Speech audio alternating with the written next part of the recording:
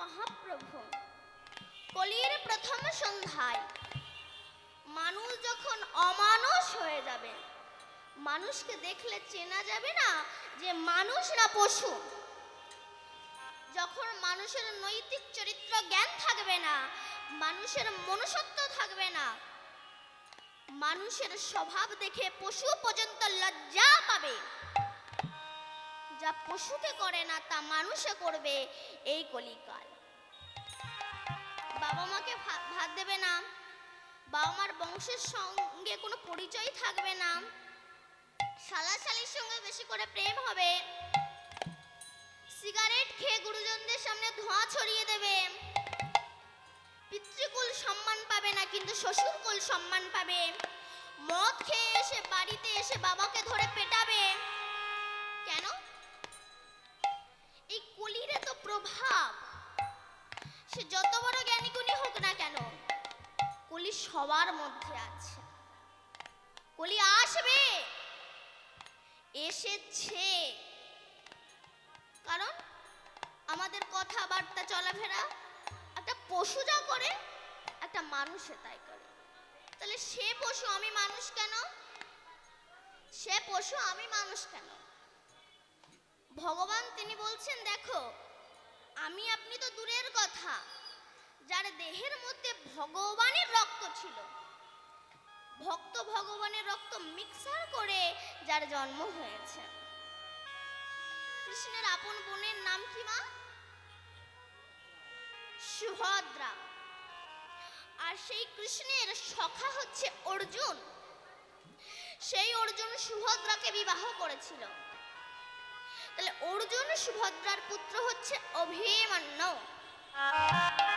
আর অভিমন্যুর পুত্র হচ্ছে রাজা পরীক্ষিত। তবে সেই রাজা পরীক্ষিত তিনি যদি অধর্ম কাজে লিপ্ত হতে পারে, আমি আপনি তো দূরের কথা। আমরা রাত 2টার সময় শুচ্ছি, বেলা 10টার সময় উঠছি। পশু পর্যন্ত ভোরবেলা উঠে যায়, উঠে ডাক দেয়, ওরে তোরা ও। আমি মানুষ, আমি বিছানায় ঘুমিয়ে থাকি। তাহলে আমরা রোগের কাঁঠাল হব না? হবই তো। মানুষ কেন পৃথিবীতে এসেছে? মানুষ এসেছে 3টি কারণে। একটি হচ্ছে দেবঋণ শোধ করা, একটি হচ্ছে পিতৃঋণ শোধ করা, আর একটি হচ্ছে গৌর গোবিন্দ ভজন করা। তাহলে গৌর গোবিন্দ ভজন করতে গিয়ে যদি পিতৃঋণ না শোধ হয় অসুবিধা নাই, আবার গৌর গোবিন্দ ভজন করতে গিয়ে যদি দেবঋণ না শোধ করা হয় অসুবিধা নাই, কিন্তু গৌর ভজন করতেই হবে। কিন্তু আমরা করছি কি? আমরা করছি না। আমাদের শুধু একটাই কাজ হয়েছে। কি হয়েছে? বিয়ে হয়েছে আর সন্তান সন্ততি হয়েছে, এই একটাই কাজ হয়েছে। আমরা সামান্য লেখাপড়া শিখে বলি আমি রয়্যাল বেঙ্গল টাইগার, আমি সুন্দরবনের। তার মানে আমার মতো মূর্খ আর জগতে নাই। জোনাকি পোকা চেনেন মা? জোনাকি পোকা, যার পেছনে আলো জ্বলে, চেনেন তো? আপনারা জোনাকি পোকাও চেনেন না? চেনেন? পেছনে আলো জ্বলে। ওই জোনাকি পোকা মনে মনে ভাবছে আমার পেছনের আলোয় জগৎ চলে, আমি জগৎকে আলো দান করি।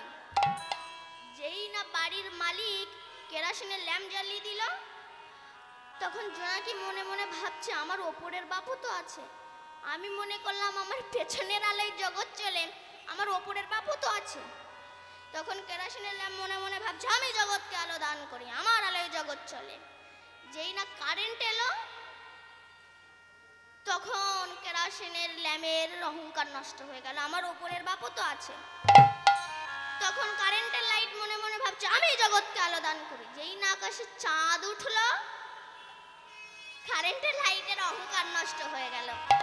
চাঁদ গৌরব করে বলছে আমি জগৎকে আলো দান করি, আমার আলোয় জগৎ চলে। যেই না আকাশে সূর্য উঠলো, চাঁদের অহংকার নষ্ট হয়ে গেল।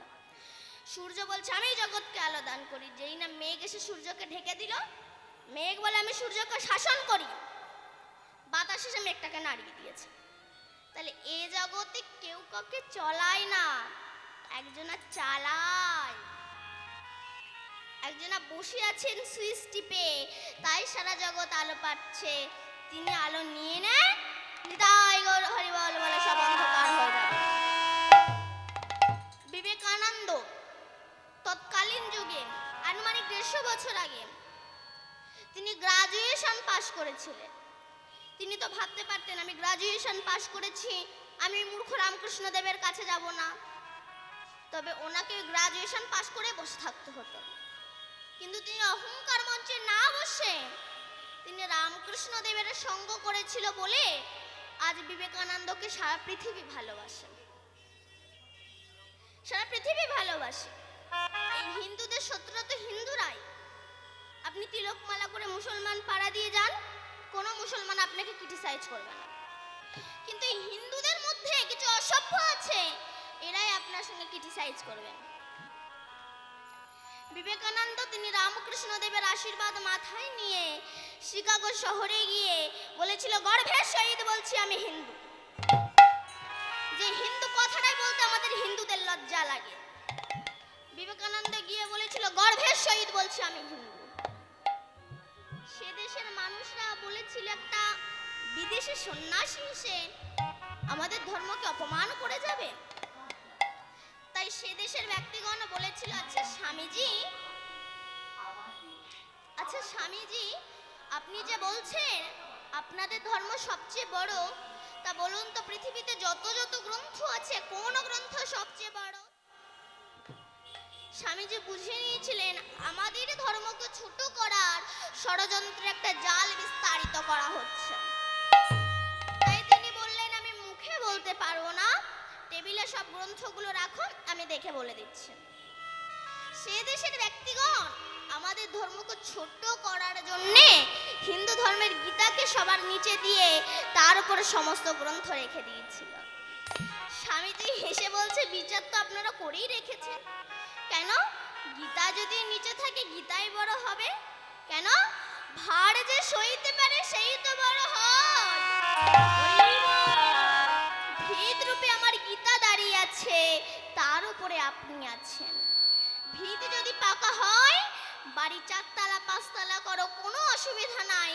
কিন্তু ভিত যদি কাঁচা হয় বাড়ি ঠিক থাকবে না। ভিত রূপে আমার গীতা দাঁড়িয়ে আছে, তার উপরে আপনি আছেন। আমার গীতাকে নিচ থেকে টান দিলে আপনি পড়ে যাবেন। গীতা আছে তাই আপনি আছেন, তেমনি হিন্দু ধর্ম আছে তাই সমস্ত ধর্ম আছে। তো সেই যে রাজা পরীক্ষিতের কথা বলছিলাম, যখন কুরুক্ষেত্রের মাঠে যুদ্ধ হয়ে গেল তখন অশ্বমেধ যজ্ঞ করেছিল। যজ্ঞ করে যখন ফিরে আসছেন, পরীক্ষিত মহারাজ একটা আর্তনাদ শুনতে পাচ্ছেন। কি? একটা বিষ গাভীর ওপর এক ধূর্ত ব্যক্তি বেত্রাঘাত করছে। পরীক্ষিত মহারাজ মনে মনে ভাবলো, আমার রাজ্যে তো এমন হয় না, দুর্বলের ওপর সবলের অত্যাচার তো হয় না। পরীক্ষিত মহারাজ বললেন, তুমি কে? তিনি বললেন, আমি কলি। তোমার কাজ দুর্বলের ওপর সবলের অত্যাচার। তখন পরীক্ষিত মহারাজ বলল, আমি তোমাকে এক্ষুনি হত্যা করব। এই বলে যে বাণ নিক্ষেপ করতে যাবে, তখন কলি মহারাজ বলল, পরীক্ষিত, যদি আপনার সঙ্গে আমার না বনে তবে আমাকে পৃথক করে দেন। তখন পরীক্ষিত মহারাজ বলেছিল, ঠিক আছে, তুমি 3-5টি জায়গায় থাকবে। কোন কোন জায়গায়? মদখোর ব্যক্তির কাছে তুমি থাকবে, জুয়া খেলা ব্যক্তির কাছে তুমি থাকবে, যে প্রতিদিন পতিতালয়ে যায় তার কাছে তুমি থাকবে, আর যারা পরের ভালো সহ্য করতে পারে না এই জাতীয় ব্যক্তির কাছে থাকবে, আর স্বর্ণের মধ্যে থাকবে। তবে চুরি করা স্বর্ণের মধ্যে থাকবে, চুরি করা স্বর্ণের মধ্যে। এবার পরীক্ষিত মহারাজ যখন মৃগয়ে যাচ্ছেন, তখন একটা খুব সুন্দর মুকুট মাথায় পড়ে গিয়েছে। এই মুকুটটা কার বলুন তো মা? জরাসন্ধের। ভীম যুদ্ধ করে এনে রেখে দিয়েছিল।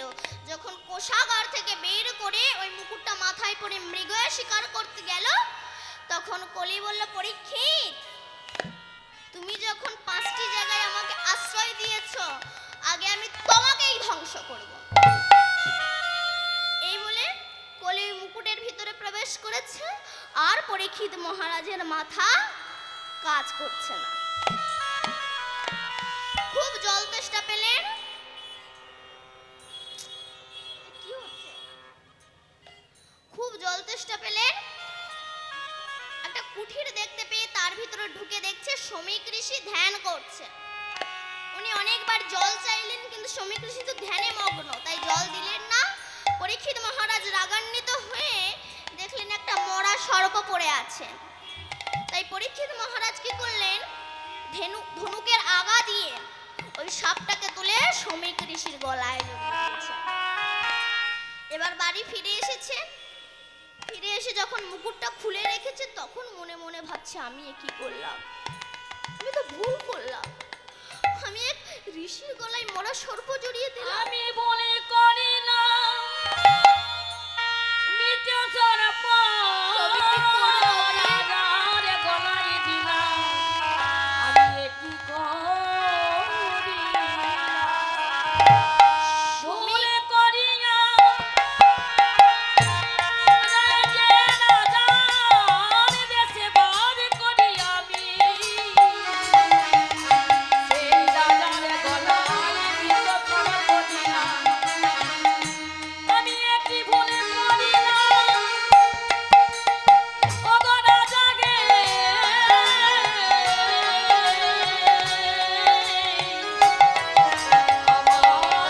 তুমি ক্ষমা করো। পরিবারে আমার দয়াময়ের কাছে বলিল, হে দয়াময়, আমায় তুমি ক্ষমা করো ওগো কৃপাময়, কৃপাময় গো। শ্রমিক ঋষি ক্ষমা করলেন, কিন্তু তার পুত্র সিংহী তো ক্ষমা করলেন না। হাতে জল নিয়ে মন্ত্রপুত করে বলল, যে আমার বাবাকে বাবার গলায় মরা সর্প জড়িয়ে দিয়ে অপমান করেছে, অভিশাপ দিচ্ছি তাকে 7 দিনের মধ্যে তক্ষক দংশনে তার মৃত্যু হবে। এ কথা চারিদিকে ছড়িয়ে গেল, কম্পিত হলো জগৎ। পরীক্ষিত মহারাজ মনে মনে ভাবলেন, আমার কি সৌভাগ্য, মানুষ 1 মিনিটের কথা বলতে পারে না, আমি 7 দিন আগে জানতে পেরেছি আমার মৃত্যু 7 দিন পরে গিয়ে হবে। আমি 7 দিন প্রাণ ভরে হরিনাম শ্রবণ করব। এবার তত্ত্ব কি বলছে মা? এই পরীক্ষিতটাকে, আমি আপনি হচ্ছেন পরীক্ষিত। কিসের রাজা? অহংকারের রাজা। আমাদের কিছু থাক না থাক, অহংকারটা কম নাই। যার কিছু নাই, তার অহংকারটা আছে। কিসের মুকুট মাথায় পড়েছে? অহংকারের মুকুট মাথায় পড়েছে। আর এই অহংকারের মুকুট মাথায় পড়ে আমাদের এই মাথা আর কোনো কাজ করছে না।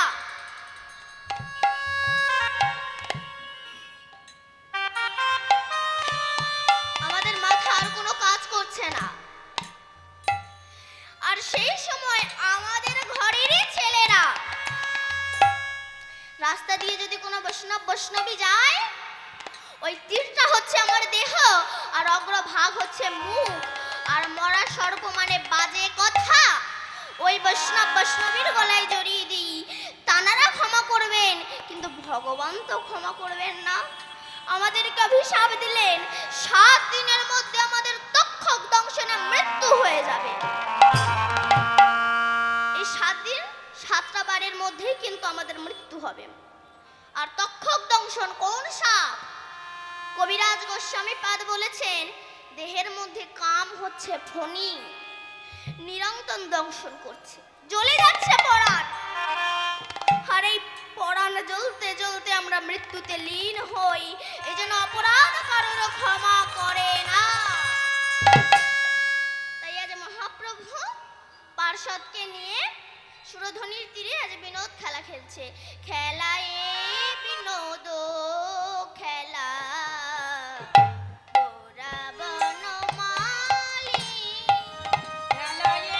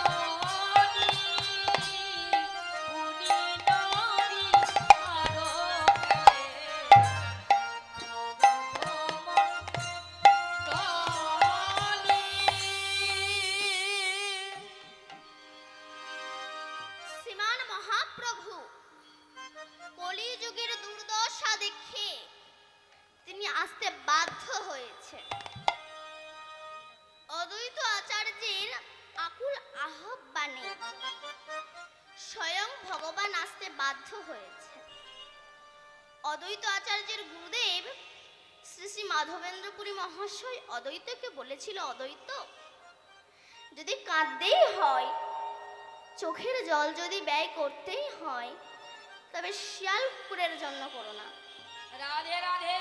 কৃষ্ণ বলে কেঁদো। দেখবে তোমার ডাকে স্বয়ং ভগবান গৌর হয়ে আসতে বাধ্য হবেন। অদ্বৈত আচার্য বলেছিল, আমার মতো মূর্খের ডাকে কি তিনি আসবেন? মাধবেন্দ্রপুরী মহাশয় বলেছিল, ডাক যদি সঠিক হয়, সে ছোট লোক, বড় লোক, উঁচু লোক, ধনী লোক, নিচু লোক মানে না। ডাক যদি সঠিক হয়, ভগবানকে ডাকতে গেলে লাগে ভক্তি, ভক্তি মিশ্রিত ডাক, শক্তি মিশ্রিত ডাক নয়। যার ঘরে ভক্তি আছে, ভগবান তার ঘরেই যান। রাধে রাধে। কারণ দুর্যোধন যখন কৃষ্ণকে বলেছিল যে, হে কৃষ্ণ, বেহাই মহাশয়, আগামী কল্য মধ্যাহ্নে মম গৃহে আদিত্য গ্রহণ করিও, মানে আমার গৃহে কাল দুপুরবেলা তুমি খেও। কৃষ্ণ বলল, ঠিক আছে, আমি যাব। পরের দিন যাচ্ছে, সেই রাস্তায় বসে আছে সর্বহারা কাঙালিনী বিদুর। বিদুর কৃষ্ণকে বলল, কৃষ্ণ, তুমি তো রাজপ্রাসাদে রাজভোগ গ্রহণ করতে যাচ্ছ, তা আমার তালপাতর কুঠিরে একটু তোমার চরণ ধুলি দিও। কৃষ্ণ বলেছিল, না, আমার যাওয়ার সময় নেই, আমি যেতে পারবো না। বিদুর বলল, যদি না যাও, আমি আমার এই আঁচলটা পেতে দিচ্ছি, আমার আঁচলে তোমার চরণ ধুলি দাও। আমি বাড়ি গিয়ে স্ত্রী পরাশরীকে বলবো কৃষ্ণ আসেনি, কিন্তু তার চরণ ধুলা দিয়েছে। তাও দিলেন না। কেন? যে করে আমার আশ, তার করে সর্বনাশ। তারপরেও যে ছাড়ে না আমার পাশ, তার হই আমি দাসের দাস। তাও দিলেন না। বিদুর ফিরে এলো। পরাশরী বলল, কৃষ্ণ আসেনি। বিদুর পরাশরীকে বলল, পরাশরী, আমি কৃষ্ণকে অনেকবার বলেছিলাম তুমি একটু তোমার চরণ ধুলি দাও, তাও দিল না। পরাশরী বলল, স্বামী, আপনি আর কোনোদিনও কৃষ্ণকে ডাকতে যাবেন না। যদি কৃষ্ণের ইচ্ছা হয়, কৃষ্ণ নিজে আসবে, কিন্তু আপনি কোনোদিন ওই কৃষ্ণকে ডাকতে যাবেন না। দৃঢ় প্রতিজ্ঞা করল বিদুর। এখন গঙ্গায় বিদুর স্নান করতে গিয়েছে, আর এমন সময় আমার ভগবান শ্রীকৃষ্ণ বিদুরের দরজায় এসে ডাক দিয়েছে, কাকিমা, ও কাকিমা। পরাশরী মনে মনে ভাবছে, কে এত সুধা কণ্ঠে আমায় ডাকছে কাকিমা কাকিমা বলে? কে ডাকছে আমায়? যেই না গিয়ে দরজাটা খুলেছে, দেখছে কৃষ্ণ। কৃষ্ণ, এতদিনেই হতভাগিনীর কথা তোর মনে পড়েছে বাবা? আয় আয় বাবা, হাই, বস। কৃষ্ণ বলল, পিসিমা, আমি বসবো না পিসিমা, আমার না খুব খিদে পেয়েছে, আমাকে কিছু খেতে দাও। তখন পরাশরী নিজের বেদনার কথাটা বলেছিল।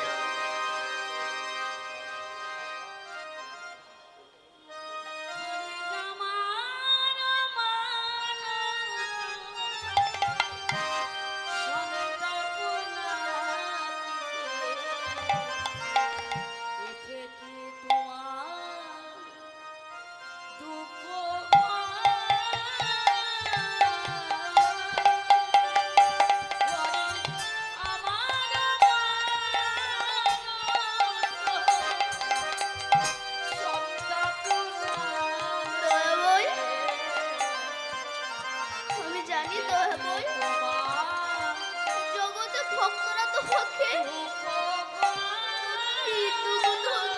ছাড়া সবকিছু দেয়, কিন্তু আমি তো খাওয়ালি। আমি তোমায় কি দেবো বলো?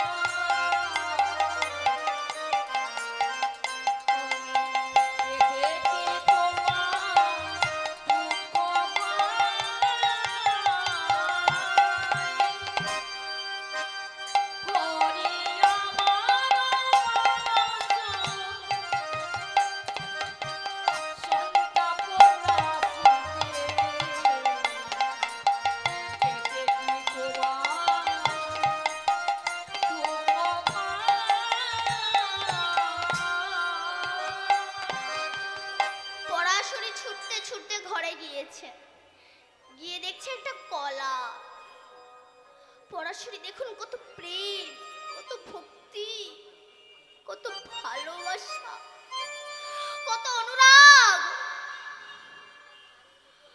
পরাশর কি করেছে, ছুটতে ছুটতে এসে কলার শ্বাসটা ফেলে দিয়ে খোসাটা কৃষ্ণের মুখে ধরে বলছে, কৃষ্ণ তুমি খাও। আর এদিকে বিদুরের কর্ণে খবর গিয়েছে তোমার ঘরে কৃষ্ণ এসেছে। তখন বিদুর স্নান করে কাপড় নোংরা ছিল পরবে বলে, যেই না শুনেছে আমার ঘরে কৃষ্ণ এসেছে, উলঙ্গ অবস্থায় কৃষ্ণের কাছে দৌড়াতে দৌড়াতে এসেছে। যেমন যন্ত্রণায় কাপড়ের ঠিক থাকে না, কৃষ্ণ প্রেমে জানে গোবার অন্তরে জেগেছে, লজ্জা শরমের ভয় থাকে না। ছুটতে ছুটতে এসেছে, এসে দেখছে পরাশরে কৃষ্ণকে কলার খোসা খাওয়াচ্ছে। পরাশরে বিদুর বলল, পরাশরে তুমি কি পাগলিনী হয়েছ? তুমি কৃষ্ণকে কলার খোসা খাওয়াচ্ছ? পরাশরে বলল, আমি নই পাগলিনী হয়েছি, তুমি কি হয়েছে? কাপড়টুকুও পরে আসার সময় পেলে না। রাধে রাধে। তখন বিদুর বলছে, কৃষ্ণ যে পাঁচতলা বাড়িতে জন্মগ্রহণ করে সে উলঙ্গ হয়ে জন্মগ্রহণ করে, যে পাঁচতলা বাড়ি থেকে চলে যায় সেও উলঙ্গ হয়ে চলে যায়। তবে যাওয়া আসার রাস্তাটা উলঙ্গ, মাঝখানে বেশভূষণে সুসজ্জিত হয়। কৃষ্ণ তুমি আমাকে যতবার পৃথিবীতে জন্ম দেবে, আমার কামনা বাসনার বসন খুলে দিয়ে তুমি আমায় জন্ম দেও। তাই ভগবান তার ঘরেই যান যার ঘরে ভক্তি আছে। আমরা জন্মেছি বটে, শুধু শিয়াল কুকুরের মতো খেয়ে গেলাম, কিন্তু মানুষ হয়ে মানুষের কর্তব্য কি সেটা তো করলাম না। মানুষ হয়েছে কি কারণে সেটা তো করলাম না। এক অফিসার নদী পার হচ্ছে, তার নিজের গর্ভের কথা, অহংকারের কথা মাঝিকে শোনাচ্ছে, জানো মাঝি আমি একজন গেজেটেড অফিসার। তখন মাঝি বলছে, হ্যাঁ স্যার, আপনি